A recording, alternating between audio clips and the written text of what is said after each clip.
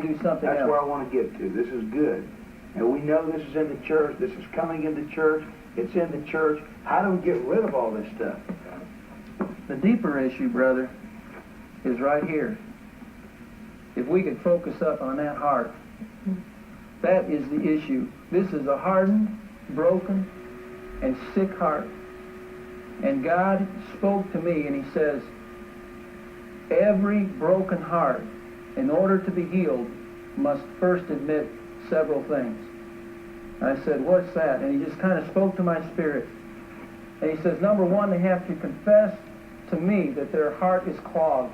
Guard your heart with all diligence, for out of it is the issues of life, the passages of life, the outgoings of life.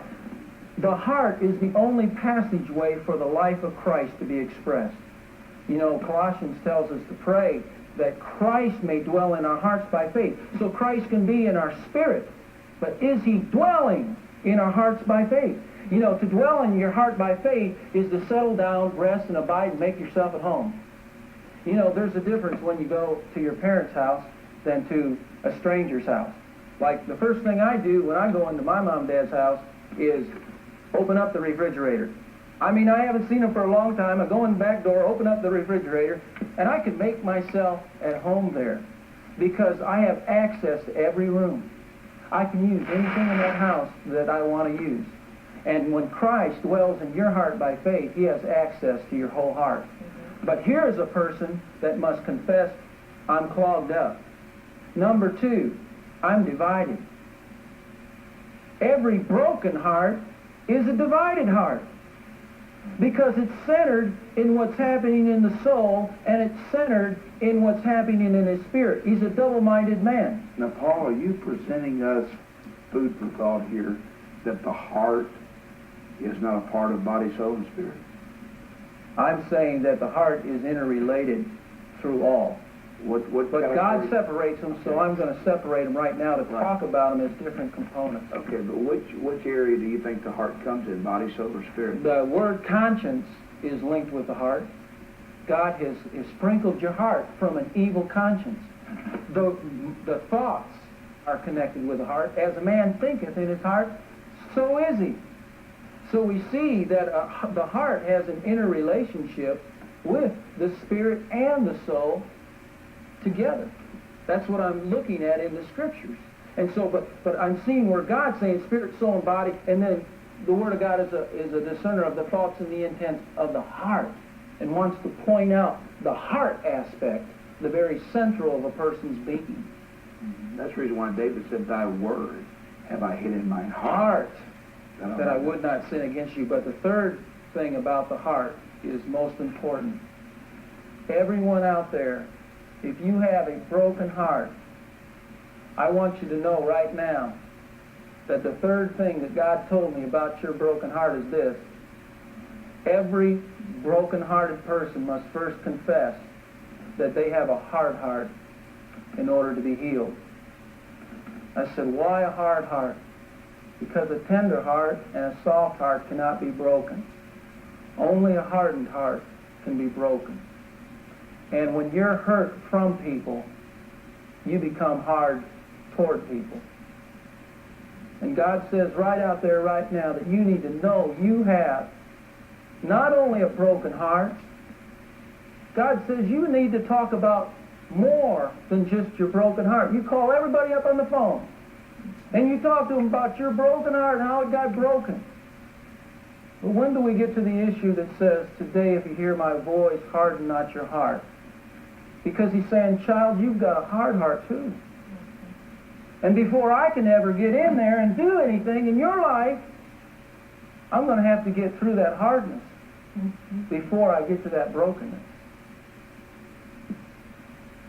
And I believe that, like the letter S right here, that letter S means self. That person is centered not in a Christ identity. They're centered in a self identity. They're trusting in what people have said and done to them rather than what Christ has said and done to them. You see, the wonderful thing about Jesus, He became a man just like you mentioned. God made God became flesh and dwelt amongst us. And Christ was rejected more than anyone out there. More than anyone out there, he was rejected. And yet he never got depressed. He never felt insignificant. He never felt insecure. He never felt insufficient. Because he wasn't trusting in the resources of people. He was trusting in the resource of his Father and what his Father had to say about him. Well, that's a key right there.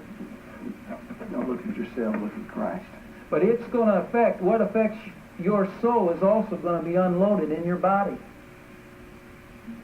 And so if you're, in Proverbs it says that a heart doeth good like a medicine. It also says in another verse, it says a merry heart is life to the body. But if your heart hasn't been cured by Jesus Christ, sin is going to reign in your mortal body. You're going to have headaches, nervous stomach, fatigue, hypertension, insomnia, compulsive eating, etc., etc., etc. This person is in big trouble because, look, circumstances and pressures come into their life.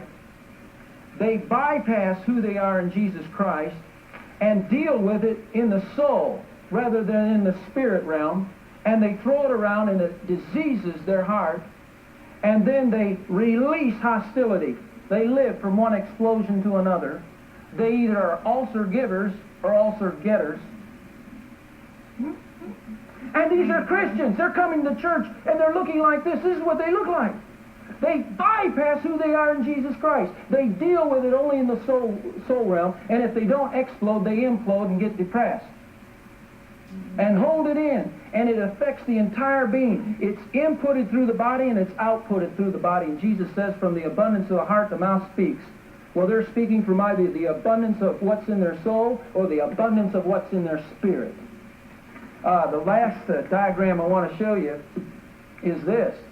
This is the person that has had their hardened heart softened because they've prayed the prayer in Colossians 3:15 that Christ may dwell in your heart by faith. Or like in Colossians 3:15 says, let the peace of God rule in your heart.